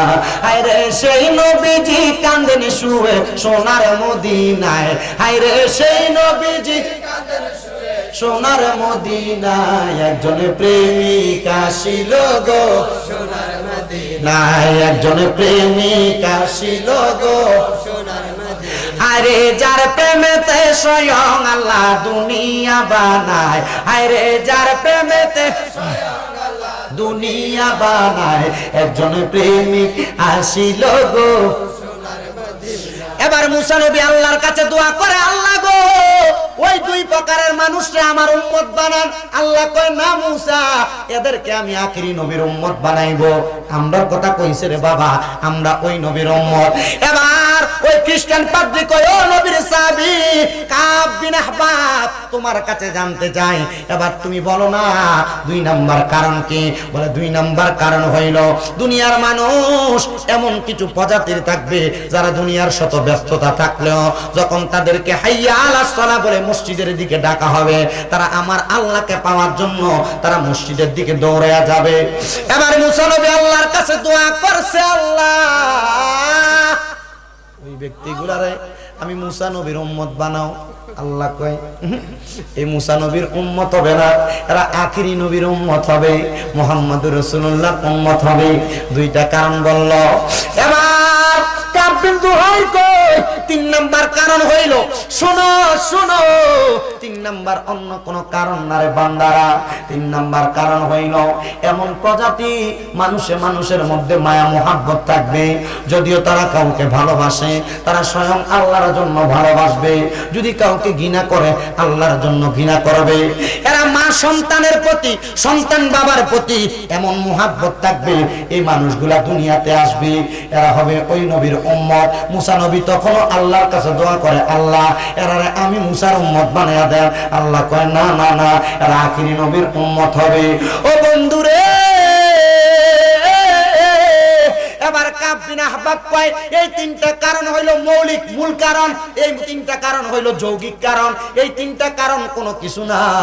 আমি আরেকটা জিনিস জানি, তুমি এই তিনটা কারণের প্রতি আফসোস করে করে কান্দ। তুমি চিন্তা করতেছো ওই নবীরে যদি তুমি খ্রিস্টান পাদ্রী দেখতা, ওই নবীর হাতে হাত রাইখা মুসলমান হয়ে যাইতা। সুবহানাল্লাহ। ওই নবীর হাতে হাত রেখে মুসলমান হইতা। এ পাগল, আমি কাব বিন আহবাব তোরে বললাম, তুই যদি এই খ্রিস্টান পাদ্রী ওই নবীর সাক্ষাৎ পাইতে চাস, ওই নবীরে পাওয়ার জন্য তাড়াতাড়ি তুই তায়েফের ময়দানে চলে যা। আমার নবী 10 দিনের জন্য তায়েফের ময়দানে অবস্থান করেছে। মাত্র 2 মাস আগে ওই তায়েফের ময়দানটা আমি দেখে আসছি রে বাবা। তায়েফ এলাকাটা দেখে আসছি।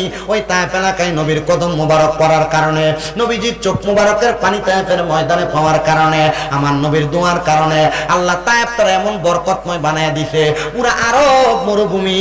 কিন্তু তায়েফের এলাকার মধ্যে দামি দামি ফল হয়, আনার হয়, আপেল হয়, আঙ্গুর হয়, অন্য কোনো কারণ না, নবীর কদম মুবারক ওই জায়গায় লাগার কারণে, নবীর দোয়ার বরকতের কারণে।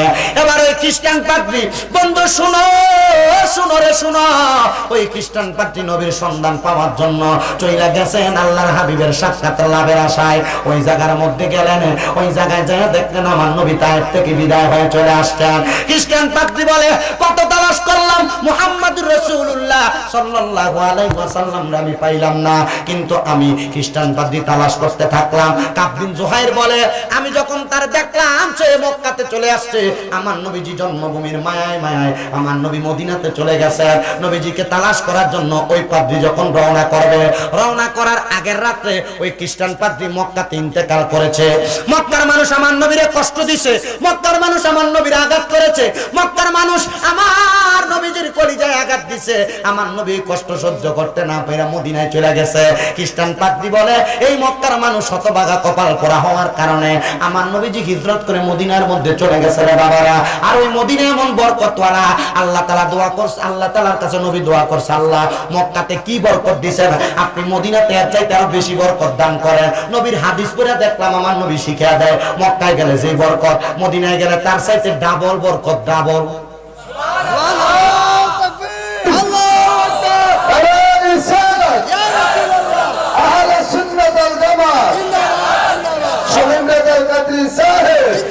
শুনেন, বয়ানটা শেষ করার আগে আপনাদেরকে একটু বইলা দেওয়া যায়, মদিনায় ডাবল বরকত। আমরা যারা সুন্নি দাবি করি, বুক ফুলে বলি আমরা সুন্নি, আমরা নবী নবী করি, এটার মূল কারণ হইল মদিনার নবী অনেক বরকত যে জায়গায় গেছেন বরকত দিয়ে গেছেন। খ্রিস্টান পাদ্রী রওনা করবে, আগের রাতে খ্রিস্টান পাদ্রী ডেথ, মারা গেছে নাই। সবাই বলতেছে খ্রিস্টান পাদ্রী খ্রিস্টান ধর্ম মোতাবেক এ ব্যক্তির কাফন দাফন সব করো। মানুষ কয়ডারে কাফন দাফন করবে? আল্লাহর হাবিব মদিনার যাওয়ার পথে মদিনা আল্লাহর হাবিবের কাছে আবার খবর, ইয়া রাসূলুল্লাহ, ইয়া হাবিবাল্লাহ, নবী গো শুনে নেন, আপনার একটা পাগল আপনার কাছে ইসলাম ধর্ম গ্রহণ করবে, আপনার কাছে আসার চেষ্টা করেছে, পারে নাই। নবী গো, তার খ্রিস্টান মানুষটা তারে কাফন দাফন, তারে খ্রিস্টান ধর্ম মোতাবেক শেষ বিদায় দিচ্ছে। তো নবীজি সাল্লাল্লাহু আলাইহি সাল্লাম, তোরা শয়তান বড়, নবীজি সাল্লাল্লাহু চিন্তা করতে হুজুরে টিয়া দিমু এমনি দিতাম, ওয়াজ আগে একবারে শুধু আসলে শেষ করে এরপরে সাইরাম হুজুর, ঠিক না? আচ্ছা ঠিক আছে, উসুল শেষ করে দিয়ে যাবো ইনশাআল্লাহ।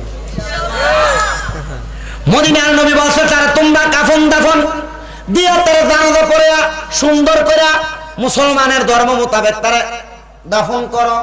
খ্রিস্টানরা কই এটা হইতেই পারে না, এত ইসলাম ধর্মের মানুষ না, এরা কেমনে এমনি দাফন করবে? তারা মানতেছে না। আরে মুসলমান, এবার ওই ব্যক্তিরে খ্রিস্টীয় ধর্ম মোতাবেক যখন তাদের ধর্ম মোতাবেক মাটির নিচে শোয়া, খ্রিস্টানরা মারা গেলে ত্রিশূল লাগায়, ত্রিশূল দেখবেন মারা যাওয়ার পরে যখন এমন অবস্থা করলো, ওই মক্কার অধিবাসী সুন্দর একটা এলাকার মধ্যে বসবাস করা জায়গার মধ্যে মানুষের কাছে ঘুমের ঘরে স্বপ্নে দেখে ওই দিন রাত্রবেলা ওই আল্লাহর বান্দা খ্রিস্টান হইতে পারে, বান্দাটারে তোমরা যেমন ভাবে মাটি দিছো, বান্দা কবরে ভালো নাই, তাড়াতাড়ি বান্দাটারে ইসলাম ধর্ম মোতাবেক তাড়াতাড়ি তারা কাফন দাফন করে মাটি দাও, জানাজা পড়ায় মাটি দাও। আরে বলো কি, তারা জানাজা পড়ায় মাটি দিব? সে খ্রিস্টান মানুষ বলে, না না না, সেই যেই দিন মনে মনে এরাদা করছে মুহাম্মদুর রাসূলুল্লাহ সাল্লাল্লাহু আলাইহি সাল্লামের হাতে হাত রেখে ইসলাম কবুল করবে, ওই ব্যক্তিটারে এই দিন থেকে আল্লাহ তাআলা মুসলমান হিসেবে কবুল করছে। এই জন্য তার কবরের মধ্যে কঠিন একটা অবস্থা তৈরি হয়। হয়েছে, তাড়াতাড়ি তোমরা তারে জানাজার নামাজ পড়াও, জানাজার নামাজ পড়ে তারে দাফন করো। সুন্দর করে তার যখন দাফন করা হইল, এলাকার সব মানুষগুলা ঘুমের ঘরে স্বপ্নের মধ্যে দেখতে পাইলেন আল্লাহর বান্দাটা ইন্তেকাল করার পরে যখন তার জানাজা পড়ে দাফন করা হইল, আল্লাহর বান্দাটা অন্ধকার কবরের মধ্যে অন্ধকারে আর নাই, সুন্দর জান্নাতের ফুলের বাগিচার মধ্যে ঘোরাফেরা করতেছে। আল্লাহর হাবিবের কাছে হযরতে কাব বিন আহবাব বলেন, আমি জিজ্ঞাসা করলাম, ইয়া রাসূলুল্লাহ, ইয়া হাবিবাল্লাহ, একজন খ্রিস্টান যদি এমন অবস্থা কইরা ইন্তেকাল করার পরে নাজাত পাওয়া যায়, যদি সে অন্তরে অন্তরে ঈমানের কালিমা পড়ার কারণে ইন্তেকাল করার পরে জান্নাত পাওয়া যায়, তাহলে বলেন না আমরা যারা দুনিয়ার জমিনে আপনার প্রতি ঈমান আনছি আমরা কেমন অবস্থা হবে? আল্লাহর নবী শিখিয়ে দেয় ওই মানুষগুলোর অবস্থা এমন হবে, শোনো, আমি নবীর সাথে একই জান্নাতের মধ্যে তারা থাকবে। আমরা নবীর সাথে জান্নাতে থাকতে চাই, আমরা নবীর সাথে জান্নাতে থাকতে চাই, আমরা নবীর সাথে জান্নাতে থাকতে চাই, কিন্তু আমরা অন্তরের মধ্যে নবীর প্রেম আছে, কিন্তু নবী যেই কাজগুলা করার কথা বলে গেছেন আমরা সেই কাজগুলা করি না। না রে মুসলমান, না, অন্তরে যেমন নবীর প্রেম আছে, অন্তরের প্রেমটা দ্বারা তুমি কাজে পরিণত কইরা মানুষটা দেখাও। আর নচেত মুখে শুননি আমরা বললাম, কাজে পরিণত করলাম না, না না না, হবে না। এজন্য আমরা সবাই অন্তরের কাজটা আমরা আমাদের বাস্তব জীবনে বাস্তবায়ন কইরা দেখানোর প্রয়োজন। কিন্তু আজকের মাহফিলে এমন অনেক সন্তান বসে গেছো, ওই কাফের মানুষটা, মুশরিক মানুষটা, খ্রিস্টান মানুষটা আল্লাহর হাবিবের প্রতি গোপনে গোপনে ঈমান আনার কারণে, যদি ঈমানের কালেমা পড়া মুসলমান হওয়ার কারণে যদি কবরের মধ্যে জান্নাত পাইতে পারে, আমরা অনেকের মা কবরে, বাবা কবরে, আল্লাহ কবরে মা বাপরে কেমন রাখছে আমরা বান্দারা জানি না। এ যুবক ভাইরা, এ মুরব্বি বাবারা, ওই মা বাবা কবরে কেমন আছে যদি জানতে চাও, পাঁচ ওয়াক্ত নামাজের পাশাপাশি আমার আল্লাহ তাআলার কাছে একটা দোয়া করবা। ওই দোয়াটা যখন করবা সেই সময়টা অন্য কোনো সময় না, সুবহে সাদিকের আগে আল্লাহ তাআলা কোরআনুল কারীমে ওয়াজ করে শোনায়া দেয়, ওয়া মিনাল লাইলি ফাতাহাজ্জাদ বিহি নাফিলাতান লাকা আসা আইয়াবআসাকা রাব্বুকা মাকামান মাহমুদা।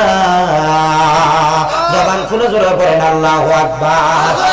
আল্লাহ তাআলা ঘোষণা করেছে, এ বান্দার দলেরা শোনো শোনো, আমি আমার হাবিবের প্রতি আয়াত নাযিল করলাম। নবীকে আল্লাহ বলতেছেন, আপনি রাতের কিছু অংশে তাহাজ্জুদের নামাজ আদায় করেন, অতি সত্বর আপনাকে তাহাজ্জুদ অসম্মানিত করা হবে এবং মাকামে মাহমুদ দেওয়া হবে। এই আয়াত যখন আমার নবীর উপর নাযিল হয়, আমার নবী আল্লাহর কাছে দোয়া করে, আল্লাহ, ও আল্লাহ, আমার মাকামে মাহমুদ দিবেন। আমার উম্মত যদি তাহাজ্জুদের নামাজ পড়ে, আপনি আল্লাহ আমার উম্মতকে কি দান করবেন? আল্লাহ তাআলা হাদিসে কুদসির মাধ্যমে জানিয়ে দেয়, নবীর উম্মত তাহাজ্জুদের নামাজ পড়ে আল্লাহর কাছে যা চাইবো তা দিব। আপনার মা কবরে, বাবা কবরে কেমন আছে আপনি জানেন না, তাহাজ্জুদের নামাজ পড়া পড়া আল্লাহর কাছে দোয়া করবেন, আল্লাহ আমার মা কবরে কেমন আছে, বাবা কবরে কেমন আছে আমি দেখতে চাই। দেখবেন আমার আল্লাহ তাআলা আপনার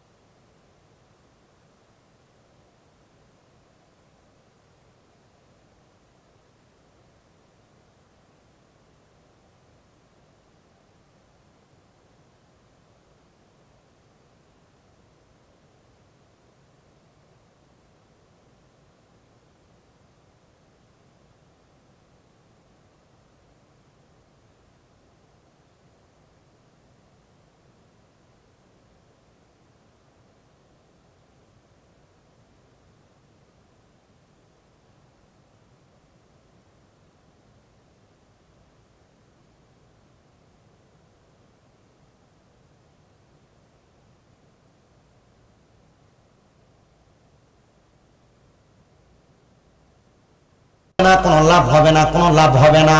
ওয়াদা করো এখান থেকে বাড়িতে যাইয়া ওই মা বাবার পায়ে ধরে মাপ চাইবা। অনেকে চিন্তা করে হুজুর মা বাবার পায়ে ধরা তো অনেকে শিরিক করে। না না না, আরে শিরিক না রে, শিরিক না। যদি মাঝে মাঝে সুযোগ পাও আম্মা আব্বার পায়ের মধ্যে চুমা দিবা, আম্মা আব্বার কদমে চুমা দিবা। কেন জানো? আম্মা আব্বার কদমের মধ্যে চুমা দিলে আল্লাহর জান্নাতের চৌকাটের মধ্যে চুমা দেওয়ার স্বাদ পাওয়া যায়। এই জন্য সবার কাছে আব্বার আম্মা আব্বার কদমের মধ্যে চুমা দিবা, আম্মা আব্বার পায়ে ধরে মাপ চাইবা। অনেক করে চিন্তা করে হুজুর দুই ঈদে মা বাবার পায়ে ধরে সালামি করি না, চুমা দিব কি? না রে সন্তান না, আম্মা আব্বার কদমের মধ্যে চুমা দিলে সন্তানের দাম কমে না, আম্মা আব্বার পায়ে ধরলে সন্তানের দাম কমে না। আমি শামীম রাজা কুমিল্লা আলিয়া মাদ্রাসায় কামেল প্রথম বর্ষে পড়ালেখা করি, কুমিল্লা ইউনিভার্সিটির বাংলায় অনার্স ফাইনাল ইয়ারে পড়ালেখা করি। আল্লাহর কসম আমি আমার শিক্ষাগত যোগ্যতা দিয়ে ওয়াজ করি না। যখন আমি মাদ্রাসায় ক্লাস 4 এর মধ্যে পড়ি, কুমিল্লা হাউজিং স্টেটের বড় মাঠের মধ্যে ওয়াজ হইছে। একজন আলেম ওয়াজ করছিল, ওয়াজ করার পরে আমি শুনছি ওই আলেম কইছে আম্মা আব্বার কদমে চুমা দিলে, আম্মা আব্বার কদমের কাছে নত হইলে আল্লাহ তাআলা সমস্ত পৃথিবীর কাছে তারে বড় বানায়া দেয়। আমি আমার এলেমের জোরে সমাজের মানুষের কাছে পরিচিত না, আম্মা আব্বার দোয়ার বরকতে ওই মাহফিল শেষ করে বাড়িতে আইসা আমার বাতার বেড়ার ঘর, ওই ঘরে আমার মা বাপ শোয়া, ঘুমন্ত মা বাবার পায়ের মধ্যে চুমা দিছি। এখনো মাঝে মাঝে সুযোগ পাইলে আমি আমার আব্বা আম্মার পায়ে চুমা দেই। আমি যেই দিন আমার বাপের পায়ে প্রথম চুমা দিছি গোসল করে গোসলখানা থেকে বাইরে হইছি, আমি আমার বাপের পায়ে যখন হাঁটুটা গিরা চুমা দিই, আমার বাপে কয় দেখ ফুট কি করে। ও সন্তান, সন্তান রে, আব্বা আম্মার কদমের মধ্যে চুমা দিলে তোমার দাম কমবে না, আল্লাহ তাআলা তোমার দাম বাড়ায় দিবে, তোমার সম্মান বাড়ায় দিবে। আল্লাহর দোহাই লাগে আজকের মাহফিল কবুল হবে কি হবে না এটার গ্যারান্টি কেউ দিতে পারবে না, এটার গ্যারান্টি কেউ দিতে পারবে না।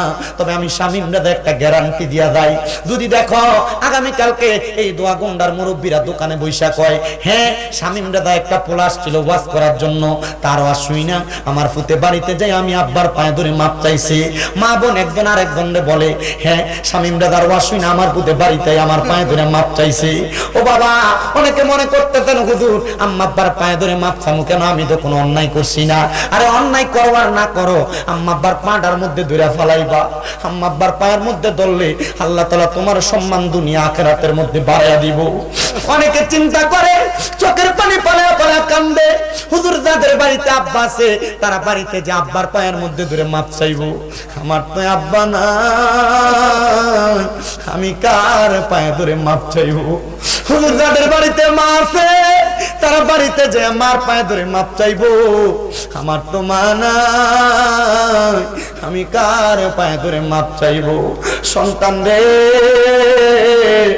মা পান্তা ভাত গুলা খাইতো না, মা রাইকে দিত আমার পুতের রৌদ্র দিয়ে আইলে পুত্রা পান্তা ভাত খাইলে পেটটা ঠান্ডা হইব।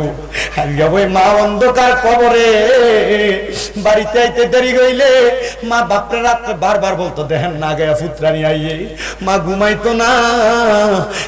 কে জানি মা ফিলে বসতো এমন মা অন্ধকার কবরে, মা গো তোমার মত লয় না কেহ আমায় বুকে টানি, আদর করে মুছে না কে মা, আদর করে মুছে না কেউ আমার চোখের পানি। হায়রে মা জননী আমার, হায়রে মা জননী।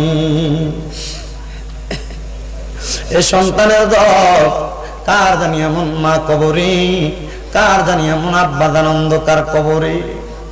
তোমার আব্বা জানের জুতার তলা ক্ষয় হইতে হইতে পায়ের গোড়ালিটা মাটিতে লাগতো, নতুন জুতা কিনতো না। ঈদের নামাজ পড়তে দোয়া গুন্ডার ঈদগাতে আসছে, পুরান জামা কাপড় পরা পুরান পাঞ্জাবিটারে দুই আব্বা ঈদের নামাজ পড়তে আসছে, কিন্তু তুমি সন্তানরে নতুন জামা কাপড় কিনা দিছে। আজগা তোমার আব্বারে যদি ঈদের দিনে জিজ্ঞাসা করতে আব্বা আপনি যদি নতুন জামা কাপড় পরেন না, আব্বা উত্তর দিত আমার কি আর এখন ঈদের বয়স আসেনি? আব্বা কইতো না অভাব টাকা নাই। আজকে তুমি সন্তানের কাছে হাজার হাজার টাকা, ব্যাংকের মধ্যে লাখ লাখ টাকা, কিন্তু আব্বারে 500 টাকা দিয়ে কিনে একটা কাপড় পরাইতে পারো না, আব্বার একটা লুঙ্গি পরাইতে পারো না। সন্তান একটাবার চিন্তা করে দেখো, তোমার মার কাপড়টা ছিঁড়া ছিল, ওই কাপড়টা সুই সুতা দিয়ে ছিলে আম্মা জান উল্টে পাল্টে পড়ছে। কিন্তু তুমি স্কুল কলেজ যাওয়ার সময় মা তোমারে 5-10 টাকা হাতে দিছে। কিরে তোমার কাছে তো টাকার অভাব নাই, কিন্তু তুমি 500-1000 টাকা দিয়ে কিনা তোমার মার একটা কাপড় পরাইতে পারো না। আরে পরাইবা কেমনে? তোমার মা দুঃখিনী অন্ধকার কবরে। সন্তান একবার চিন্তা করে দেখো, মা বাপ যদি বাচ্চা থাকতো, ওই মা বাপরে অন্ধকার কবরে যাওয়ার আগে যদি মাসে 1000 টাকার করে ফল কিনা দিতা, আম্মা আব্বার পেছনে 12 মাসে 12,000 টাকার ফল খাওয়াইতা। মা বাপ যদি অসুস্থ থাকতো, ওই মা বাপরে যদি তুমি মাসে 1000 টাকার ওষুধ বড়ি কিনা দিতা, তাহলে তোমার 12 মাসে 12,000 টাকা ওষুধ খরচ লাগতো। তোমার মা তোমার বাবা তোমার লাখ লাখ টাকার বাড়ির জায়গা দিয়া গেছে, ক্ষেত পাথরে জায়গা দিয়া গেছে। যদি তুমি মাসে যে বাড়িতে থাকো 5,000 টাকা করে ভাড়া দিতা, 12 মাসে 60,000 টাকা ভাড়া লাগতো। এই সন্তান মা বাপ কবরে কেমন আছে তুমি তো জানো না। আল্লাহ যেন মা বাবার কবরে জান্নাতি খাবারের ব্যবস্থা করে দেয়। আল্লাহ যেন মা বাপরে কবরে জান্নাতি নিয়ামতের ব্যবস্থা করে দেয়। একটা সন্তান শুধু হাতটা বাড়াইবা, হুজুর আমি আমার মা বাবার জন্য কাজ করে দোয়া চাই, আমি আমার আব্বা আম্মার জন্য কাজ করে দোয়া চাই। আগামী বছর এই মাহফিলটার মধ্যে আমার মা বাবার নামের উপরে আমি আল্লাহর হস্তে 10,000 টাকা দান করব। দয়াল রে, তুমি যদি আমরা মাফ করে দাও, আল্লাহ কারোর কাছে কোনো জবাবদিহিতা করা লাগবে না। আল্লাহ তোমার রহমত থেকে যদি আমাদেরকে অধিক পরিমাণ রহমত দান করে দাও, আল্লাহ তোমার রহমতের কোনো কমতি হবে না রে আল্লাহ। আল্লাহ কত মানুষ তোমার কাছে দোয়া চায়, তোমার কাছে চাই রে আল্লাহ। আল্লাহ আমরা জানি দুনিয়ার এক দরজা থেকে ভিক্ষুকরে ফিরিয়ে দিলে আরেক দরজার মধ্যে যে হাত বাড়ায়। আল্লাহ আমরা যদি তোমার রহমতের দরজা থেকে ফিরে দাও, বলো আমরা কার কাছে যাই চাই মুরে দয়াল। আল্লাহ মাপ চাই তোমার দরবারে, আমরা রে তোমার রহমত থেকে মাহরুম কইরো না। আল্লাহ আজকের মুনাজাতে কে জানি হাত বাড়াইছে, আল্লাহ কার জানি জগতের মধ্যে আব্বা নাই। যেই বাবা রিক্সা চালাইয়া মাটি কাইটা মাথার গাম পায়ে ফেলাইয়া পরের বাড়িতে বদলার কাজ কইরা সন্তানদের মানুষের মতো মানুষ করার জন্য আব্বা এত কষ্ট কইরা আজকে অন্ধকার কবরে ঘুমায়া রইছে, আল্লাহ তাদের আব্বার কবর জান্নাতের বাগান বানায়া দাও দয়াল রে। বিশেষ করে আমার ভাইজান মাওলানা বোরহানউদ্দিন মানিক সাহেব, ওনার আব্বার জন্য আকাশুল খাসভাবে দোয়া চায়। বিশেষ করে ওবায়দুল হক বিপ্লব ভাইয়ের আব্বা দুনিয়াতে নাই, আল্লাহ তাদের দুইজনের আব্বা জানলে তুমি কবুল আর মঞ্জুর করে নাও। অনেকে হাত বাড়াইছে যাদের জনম দুঃখী মা কবরে, ও দয়াল যেই মা 10 মাস 10 দিন গর্ভে ধারণ কইরা সন্তানের প্রসব বেদনা সহ্য করতে মার বড় কষ্ট হইছে, আল্লাহ মাহফিল শেষ করে বাড়িতে যাইব গো, সবার মুখ দেখবো কিন্তু মার মুখটা দেখবে না। আল্লাহ এমন মাজার কবর দেশে রাইখো তোমার মায়ার নজরে, সেই মায়ের কবরেতে আযাব তুমি দিও না। দুঃখের দরদি আমার জনম দুঃখী মা। আল্লাহ অনেকে তিমের হাত বাড়াইতে মাও নাই বাবা নাই জনমের তিপ, আল্লাহ তাদের প্রত্যেকের আম্মা আব্বার কবর জান্নাতের বাগান বানিয়ে দাও। যাদের মা বাবা বেঁচে আছে হায়াতে তৈয়বা নসিব করে দাও। আল্লাহ যাদের আম্মা অসুস্থ শিফায়াতেলা কামেলা নসিব করে দাও। বিশেষ করে দোয়া কান্দার জমিনে এই জান্নাতের বাগান মাহফিলে যারা টাকা দিয়া পয়সা দিয়া শ্রম দিয়া বুদ্ধি দিয়া পরামর্শ দিয়া মাইক দিয়া লাইট দিয়া প্যান্ডেল দিয়া মিডিয়ার বাইরে সহ সম্মানিত শ্রোতা মণ্ডলী যারা উপস্থিত হয়েছেন, আল্লাহ প্রত্যেককে তোমার কুদরতের দরবারে কবর মঞ্জুর করে নাও। সম্মানিত সভাপতি সহ মাহফিল কমিটির প্রত্যেকটা সদস্যকে কবুল ও মঞ্জুর করে নাও। আমার একজন আব্বা জান, ওনার মেয়ে ডেঙ্গু হয়েছে, দোয়া চায় আল্লাহ এমন রোগ থেকে সমস্ত পৃথিবীর মানুষদেরকে হেফাজত দান করো। অনেকে আগামী বছর দান করবে বলে ওয়াদা করেছে, আল্লাহ প্রত্যেকের দানগুলো তুমি কবুল ও মঞ্জুর করে নাও। ফরিয়াদ তোমার দরবারে, অনেক প্রবাসী ভাইরা বিদেশ থেকে দোয়া চায়, আল্লাহ আমার প্রবাসীদের খাস দোয়া কবুল ও মঞ্জুর করে নাও। এই মাহফিল কিয়ামত পর্যন্ত কবুল ও মঞ্জুর করে নাও। আল্লাহ মরণ দিবা দুঃখ নাই, তবে বেঈমান বানিয়ে মরণ দিয়েন না। মরণের আগে বারবার তাওয়াফে বাইতুল্লাহ, জিয়ারতে রওজা রাসূলুল্লাহ নসিব করায়া আল্লাহ আমাদের সকলের হক্কানি রব্বানি পীর ও মুর্শিদের জবানের সঙ্গে জবান মিলিয়ে পড়ে দিয়েন লা ইলাহা ইল্লাল্লাহু মুহাম্মাদুর রাসূলুল্লাহ।